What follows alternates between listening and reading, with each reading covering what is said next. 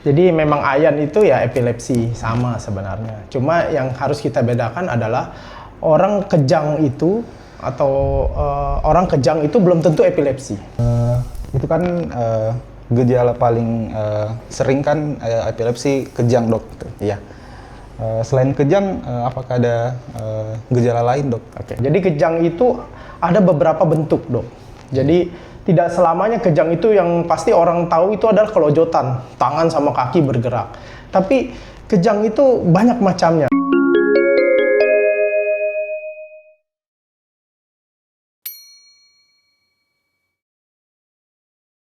Assalamualaikum warahmatullahi wabarakatuh. Berjumpa lagi di Siti Madiang Hospital Podcast bersama saya yang akan memandu Dr. Agus Tamrin. Podcast kita pada kali ini, jadi kita akan mengangkat satu tema yang cukup menarik, yaitu epilepsi.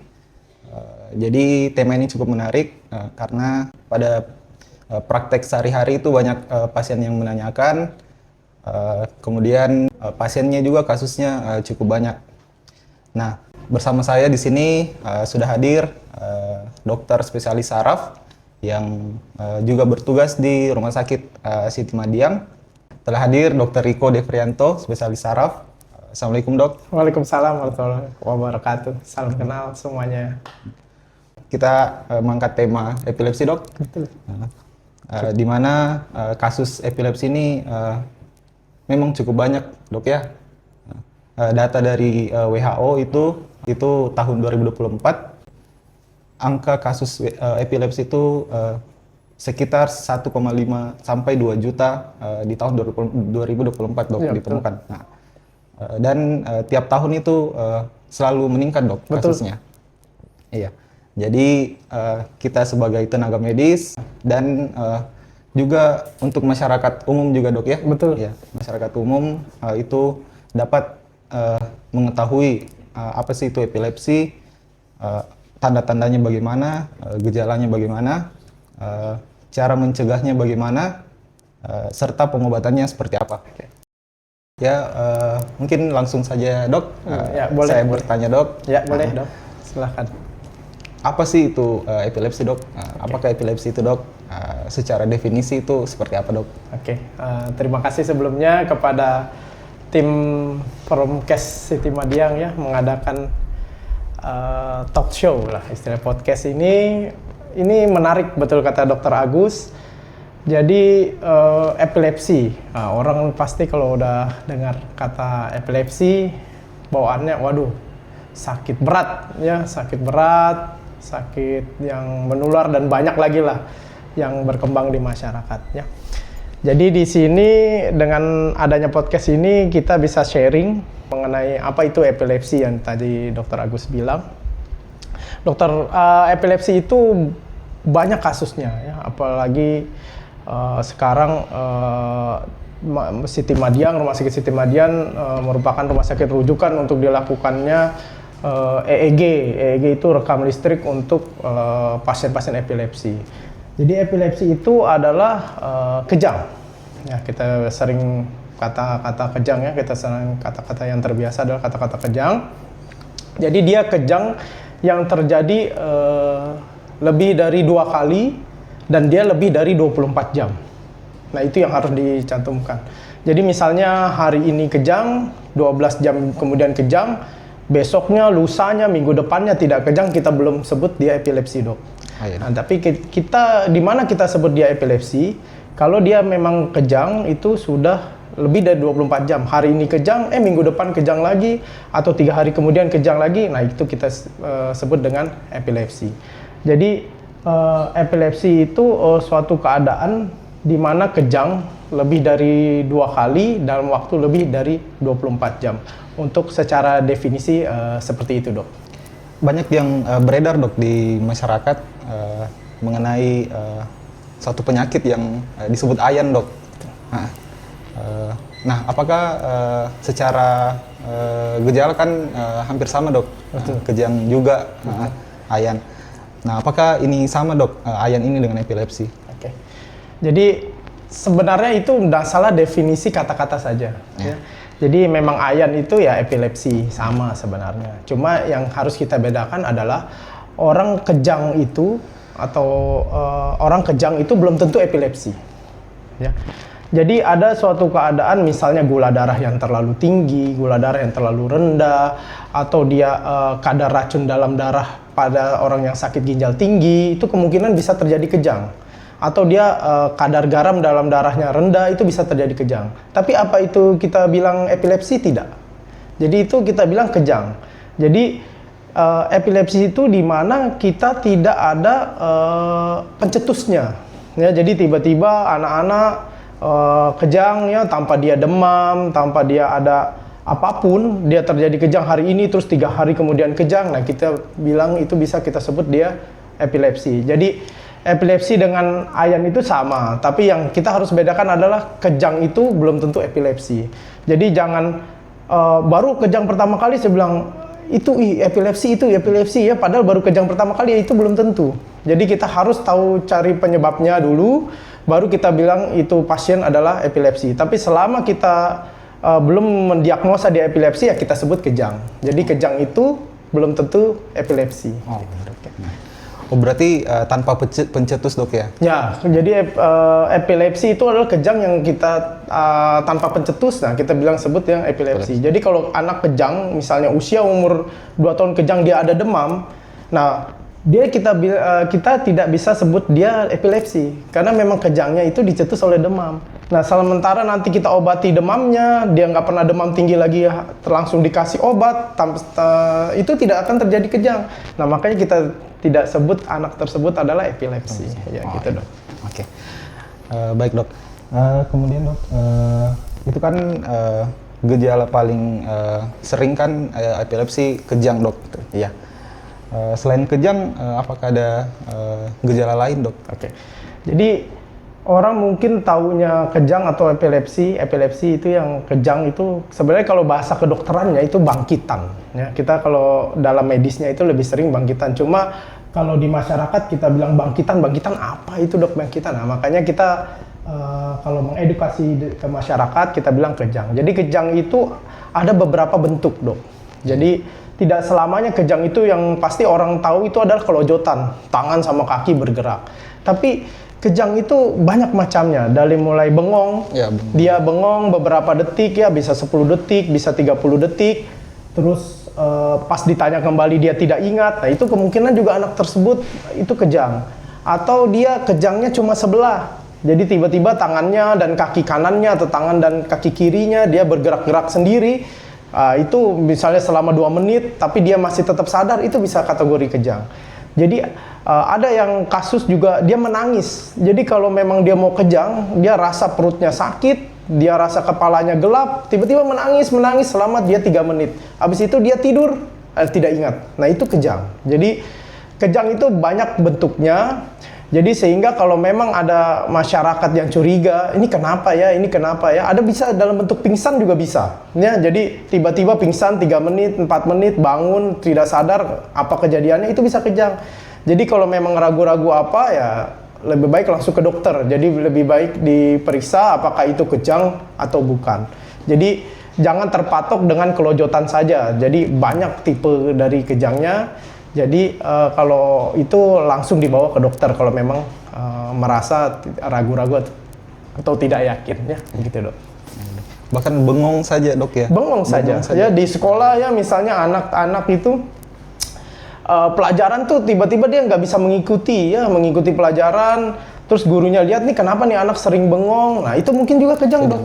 Ya jadi orang tua harus lebih perhatian kepada anaknya. Kalau memang gurunya melaporkan seperti itu, nah itu sebaiknya dilakukan pemeriksaan lebih lanjut ke dokter neurologi atau dokter saraf. Oke, baik dok. Kalau mengenai penyebabnya dok, penyebab dari epilepsi itu sendiri apa dok? Untuk penyebabnya memang banyak penyebabnya. Cuma paling sering kalau memang anak-anak itu genetik dok. Oh, iya. Jadi memang ada suatu sindrom namanya sindrom epilepsi, berbagai macam sindrom yang biasanya berhubungan dengan bawaan.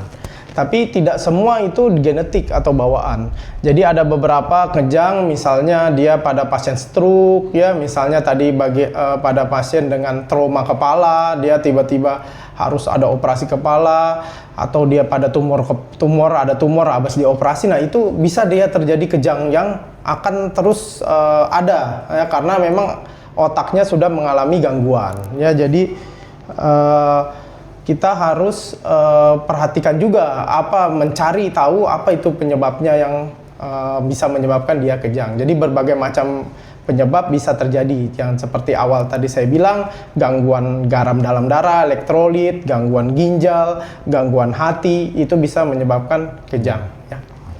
Oke.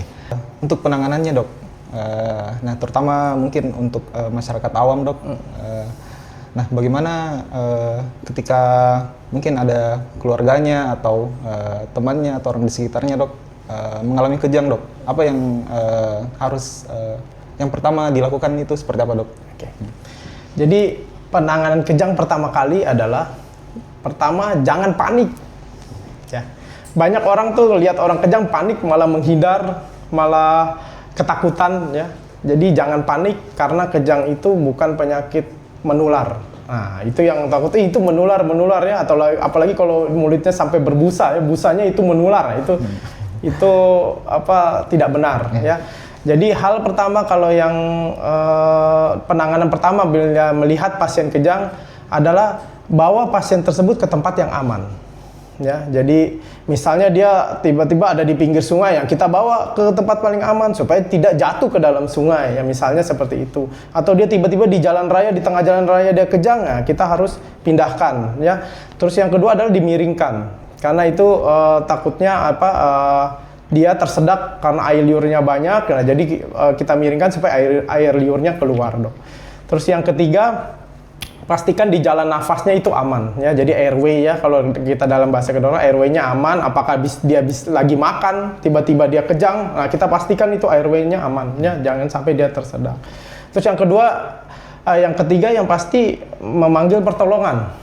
Ya, memanggil pertolongan, minta bantuan kepada orang untuk memindahkannya atau mau mencari paramedis atau medis yang terdekat. Nah, yang keempat, apabila memang sudah sering kejang, sebaiknya orang tua yang mempunyai anak yang sering kejang itu menyediakan obat anti kejang yang bisa dimasukkan lewat pantat, ya, lewat bokong. Nah, itu, ya.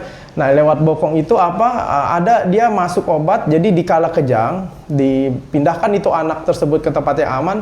Nah, ibunya ambil di kulkas itu obat, nah, langsung masukkan itu lewat bokong. Nah, jadi supaya kejangnya tidak terlalu lama dan tidak berkelanjutan, Dok. Karena yang ditakutkan kalau dia lama dan berkelanjutan, dia akan merusak saraf-saraf otaknya lebih banyak. Nah, jadi kita dengan masukkan obat yang lewat bokong, kejangnya berhenti, anaknya tidur, nah aman. Nah, jika nanti dia bangun masih tetap kejang, segeralah bawa ke rumah sakit. Itu paling, Dok, kalau yang pertama, ya. Banyak juga, Dok, yang justru memasukkan sendok, Dok, ke mulut atau jari. Justru itu berbahaya, Dok, ya? Oh, itu sangat berbahaya, ya, karena kejang itu pun, ya, kalau kejang itu jangan ditahan, Dok. Dia kelojotan, tahan, ya, jangan sampai itu tangannya kelojotan, kita tahan, itu bisa patah, Dok, tangannya. Ya, bisa dislokasi, bisa tulangnya geser. Karena itu pasien ini tidak sadar dan kuat sekali. Jadi pada pasien kejang itu kuat sekali dia tenaganya. Jadi biarkan saja dia kejang dan jangan dimasukkan apa-apa ke dalam mulut karena nanti giginya patah dan lain-lain. Nah, itu lebih repot. Jadi yang penting adalah memanggil pertolongan dan mengambil obat kejang yang bisa kalau perlu dimasukkan lewat bokong. Itu. Tapi tindakan yang lain jangan dilakukan, Dok. Intinya jangan panik, Dok. Jangan panik. Ya. Nomor satu tadi saya selalu ingatkan, jangan paniknya. Oke. Untuk pengobatan dari epilepsi itu sendiri, Dok, apakah pasien itu harus diberikan pengobatan, Dok? Maksudnya dengan minum obat atau tanpa obat pun epilepsi ini bisa tertangani atau pasiennya bisa sembuh, Dok? Okay. Itu bagaimana, Dok? Pada dasarnya kita harus tahu penyebabnya apa, Dok. Ya. Jadi misalnya penyebabnya kadar gula darah yang tinggi, menyebabkan kejang atau gangguan ginjalnya, yang pasti kita perbaiki kadar gulanya dan perbaiki fungsi ginjalnya. Tapi kalau memang pada anak-anak yang memang kita tahu terdapat sindrom epilepsi genetik, nah itu wajib minum obat. Jadi wajib minum obat setiap hari sesuai dengan anjuran dokter. Apakah seumur hidup atau bisa sembuh? Pada pasien epilepsi bisa sembuh. Ya, syaratnya adalah tidak kejang atau bebas kejang 2-3 tahun. Terus kita lakukan EEG ulang. Kalau EEG itu elektroensefalografi, dia alat untuk melihat gelombang listrik otak. Apakah normal atau tidak. Nah, kita EEG ulang dan kita lakukan CT scan ulang. Kalau memang semuanya normal, kita bisa turunkan dosis obatnya, dok. Jadi tidak boleh langsung berhenti. Karena kalau dia langsung berhenti minum obat, kemungkinan kejang besar. Jadi kita turunkan dosis obatnya bisa sampai 1-2 bulan, tiap dosis diturunkan, nah sampai nanti berhenti sepenuhnya. Jadi memang tidak boleh menghentikan secara tiba-tiba dan menurunkan dosis obat atau mengganti obat pada pasien epilepsi harus dengan persetujuan dokter, dok. Jadi jangan tiba-tiba diberhentikan oleh orang tua. Ya. Memang dosisnya harus diturunkan, dok, ya? Atau tidak tetap, dok, selama pengobatannya? Oke. Jadi dosis obat itu ya tergantung dia seberapa kali kejangnya, berapa lama kejangnya ya. Jadi kalau memang kejangnya belum teratasi, biasanya kita menambah jenis obat dan menambah dosis. Tapi kalau memang dia sudah 2 tahun atau 3 tahun bebas kejang dan EEG-nya normal dan CT scan-nya bagus, nah kita bisa turunkan obatnya sampai dengan dia berhenti. Jadi, tapi intinya adalah jangan menambah dosis obat atau menurunkan dosis obat sendiri tanpa sepersetujuan dokter. Itu intinya. Penderita epilepsi ini kan untuk kualitas hidupnya itu dapat terganggu, dok, dapat menurun untuk kualitas hidupnya. Seperti tanda-tanda yang dokter jelaskan tadi, itu bahkan bisa bengong, dok. Itu kan bisa mengganggu proses dia sekolah, dok, fokus dalam belajar. Bagaimana mengenai itu, dok? Apakah penderita epilepsi ini dapat bersekolah dengan normal, dapat bekerja dengan normal, atau bahkan untuk menikah, dok? Apakah ada masalah, dok? Oke. Jadi sebenarnya ya pada penderita epilepsi ini tidak usah takut ibu atau orang tua ya. Karena apabila epilepsi atau kejangnya ini tertangani, kualitas hidup tidak akan terganggu. Ya. Sebaliknya kalau memang epilepsi atau pasiennya sering kejang, nah itu akan mengganggu fungsi otak. Dan dia akan mengganggu semua keseharian hidupnya sehingga mungkin cara berpikirnya agak lebih lambat. Nah itu yang kita cegah. Jadi jangan takut atau jangan takut minum obat. Nanti ini ketergantungan nih minum obat. Jangan. Karena dengan obat itu kita bisa mencegah atau meredam terjadinya kejang. Sehingga tidak terjadi kerusakan otak yang lainnya. Nah untuk fungsi hidupnya nanti, itu biasanya kalau pasien dengan kejang yang tertangani itu akan seperti orang biasa, dok. Jadi silakan belajar biasa, silakan bermain biasa, bekerja biasa, menikah juga bisa ya. Tapi kalau menikah catatan kalau dia pasien epilepsinya wanita. Karena kalau wanita itu hati-hati obat epilepsinya, karena ada obat epilepsi itu tidak akan aman pada wanita hamil. Nah, jadi harus konsultasi ke dokter apabila mau menikah pada pasien perempuan yang menderita epilepsi. Tapi untuk masalah belajar dan untuk yang lainnya sebenarnya aman, dok. Jadi selama kejangnya itu tertangani dan dia terkontrol dengan obat, dia bisa menjalani kehidupan seperti biasa. Cuma yang memang yang tidak terkontrol itu ya harus hati-hati. Pekerjaan juga masih bisa bekerja, tapi harus hati-hati. Jangan sampai pekerjaan itu yang berbahaya. Tapi kalau yang terkontrol epilepsinya itu silahkan. Ya, yang penting minum obat teratur. Dan banyak contoh salah satu artis ya mungkin kalau mungkin pernah baca, dok.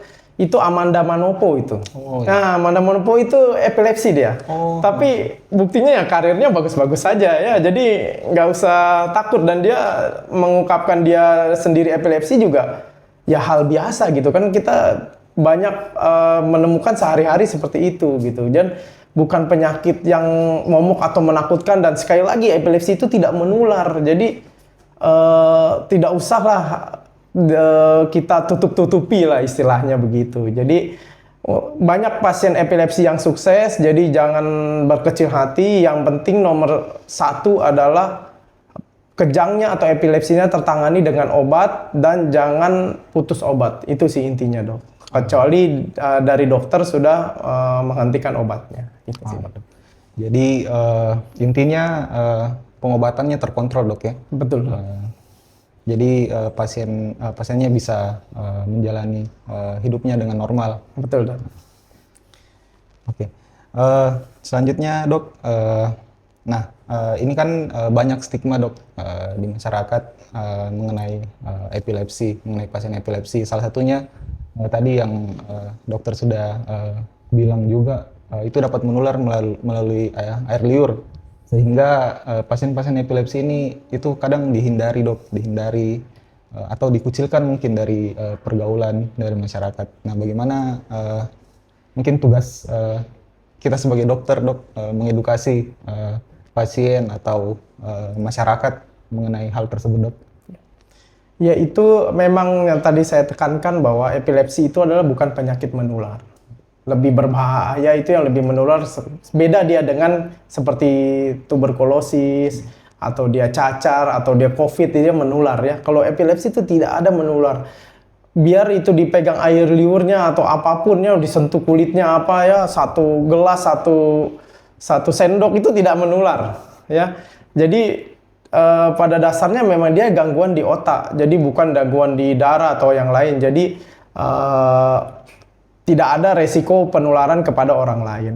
Nah, jadi kita sebagai tenaga kesehatan juga bertugas sebenarnya harus giat mempromosikan ya, bahwa mengedukasi masyarakat bahwa jangan pernah takut dengan pasien epilepsi atau pasien dengan kejang, jangan dikucilkan, jangan dijauhi ya, karena memang tidak menular dan bukan penyakit yang tidak bisa disembuhkan. Dan yang satu lagi, bahwa kalau memang ada pasien yang kejang, tadi seperti saya bilang di awal, jangan dihindari, jangan dibiarkan. Justru harus kita tolong, kita bantu, dan kalau memang perlu kita panggil atau dibawa ke rumah sakit. Itu, Dok. Ya, Dok. Nah, ada juga, Dok, itu di praktek sehari-hari, Dok, masyarakat juga percaya, Dok, dengan pemberian kopi katanya, Dok. Pemberian kopi itu bisa mengobati epilepsi, Dok. Itu bagaimana, Dok? Ya, banyak itu memang dikasih mulutnya, dikasih kopi, dikasih daun-daunan ya, atau dikasih minyak-minyak di badannya ya. Itu tidak, sama sekali tidak membantu ya. Itu mitos ya. Jadi jangan, yang tadi seperti di awal, jangan diapa-apakan, cukup dimiringkan, ditaruh di tempat yang aman, panggil bantuan, dan kalau memang ada obat kejang lewat bokong, bisa langsung dimasukkan. Itu sih, Dok. Ya. Jadi tidak benar, Dok, ya, pemberian kopi. Jadi yang sudah dijelaskan Dr. Riko, itu jangan panik. Pasien dimiringkan, intinya jangan panik dan menjaga patensi jalan nafasnya, Dok, ya. Betul, jadi Dok. dimiringkan untuk supaya lendirnya tidak menghambat, menjadi penghambat jalan nafas pasien, dan segera mencari pertolongan, bawa ke tenaga medis, Dok, ya. Oke, baik, Dok. Mengenai tadi, Dok, pasien epilepsi yang mungkin masih banyak, Dok, pasien epilepsi itu dihindari atau dikucilkan, Dok, dari masyarakat atau dari pergaulan. Nah, bagaimana kita, Dok, sebagai tenaga medis dalam memberi semangat kepada pasien-pasien epilepsi ini agar tetap semangat dalam menjalani kesehariannya, Dok? Saya sehari-hari ketemu pasien epilepsi selalu saya memberi tahu ya mereka bahwa penyakitnya ini bisa sembuh. Jadi jangan berkecil hati. Yang penting adalah mengikuti semua anjuran dari dokter. Jadi pertama yang pasti minum obat teratur, yang kedua istirahat cukup, yang ketiga tidurnya cukup, terus yang keempat kurangi makanan-makanan yang berbahan pengawet dan yang mengandung MSG ya. Nah itu untuk menghindari terjadinya kejang. Jadi kejang itu atau penyakit epilepsi itu bisa disembuhkan, bisa sembuh dan banyak contohnya yang sembuh di pasien-pasien. Asalkan memang yang tadi saya bilang syaratnya adalah tidak boleh kejang 2-3 tahun dan di EEG bagus dan di CT scan bagus ya kita mulai bisa menurunkan obatnya sampai berhenti. Dan artinya apa? Dan artinya sembuh. Nah, jadi harus mendengarkan atau mengikuti instruksi dari dokter dan jangan jadi dokter dari diri sendiri. Itu sih. Jangan jadi dokter Ya. diri sendiri. Jangan mendiagnosis diri sendiri. Betul. Karena banyak sekarang dok masyarakat yang begitu dok. Apalagi di zaman sekarang Google. Padahal kan harus diperiksa langsung oleh dokter. Terima kasih dok atas penjelasannya cukup memberikan banyak pengetahuan. Dan semoga bermanfaat buat masyarakat dok. Terima kasih dok sekali lagi dok. Mungkin sebelum podcast ini ditutup dok, mungkin ada pesan-pesan atau penutup dari dokter Riko. Silakan dok. Jadi pesan saya ya, jadi yang pertama epilepsi, kejang itu bukan berarti epilepsi ya. Jadi kejang yang lebih dari 2 kali, lebih dari 24 jam baru kita bilang epilepsi dan penyebabnya macam-macam. Dan kalau memang ada kecurigaan ke arah epilepsi, sebaiknya langsung berobat ke dokter neurologi atau dokter saraf. Sehingga bisa kita cari tahu apa penyebabnya dan bisa kita obati langsung sehingga tidak terjadi kerusakan saraf yang lebih banyak lagi. Terus yang kedua, pemeriksaan yang paling bagus untuk pasien epilepsi adalah kita lakukan elektroensefalografi atau namanya EEG. Apa itu EEG? EEG adalah alat untuk melihat gelombang listrik otak. Nah, biasanya pada pasien epilepsi itu gelombang listrik otaknya itu terganggu. Yang dalam tanda petik kalau biasanya saya jelaskan kepada pasien itu korslet lah istilahnya dalam tanda petiknya. Jadi kelihatan itu kita EEG itu kelihatan gelombang listrik mana yang korslet. Sehingga kita bisa mendiagnosa dengan lebih tepat, sehingga kalau diagnosanya tepat kita bisa mengobatinya menjadi lebih tepat. Dan jangan pernah mengobati diri sendiri sehingga harus ke dokter atau ke dokter spesialis neurologi, dikasih obat, diberi obat, diminum teratur, dan yang terakhir pasien epilepsi bisa sembuh, bisa tidak minum obat lagi, asalkan dia bebas kejang dan mengikuti instruksi dari dokter. Paling itu dok dari saya. Oh iya. Oke. Terima kasih dok penjelasannya. Jadi di Rumah Sakit Siti Madiang sudah melayani dok ya? Ya betul. Untuk EEG. Jadi di Rumah Sakit Siti Madiang ini rujukan EEG, salah satu rujukan EEG seluruh raya. Jadi pasien dari Masamba, pasien dari Belopa ya, dan kadang ada dari Luwu Timur juga kita EEG di sini. Oh iya. Ya, mungkin cukup sekian podcast kita kali ini bersama Dr. Riko Devrianto, spesialis saraf. Terima kasih sekali lagi dok atas waktunya kasih, dan penjelasannya sangat bermanfaat. Mungkin saya tutup saja podcast pada kesempatan kali ini. Wabillahi taufiq wal hidayah. Wassalamualaikum warahmatullahi wabarakatuh. Waalaikumsalam warahmatullahi wabarakatuh.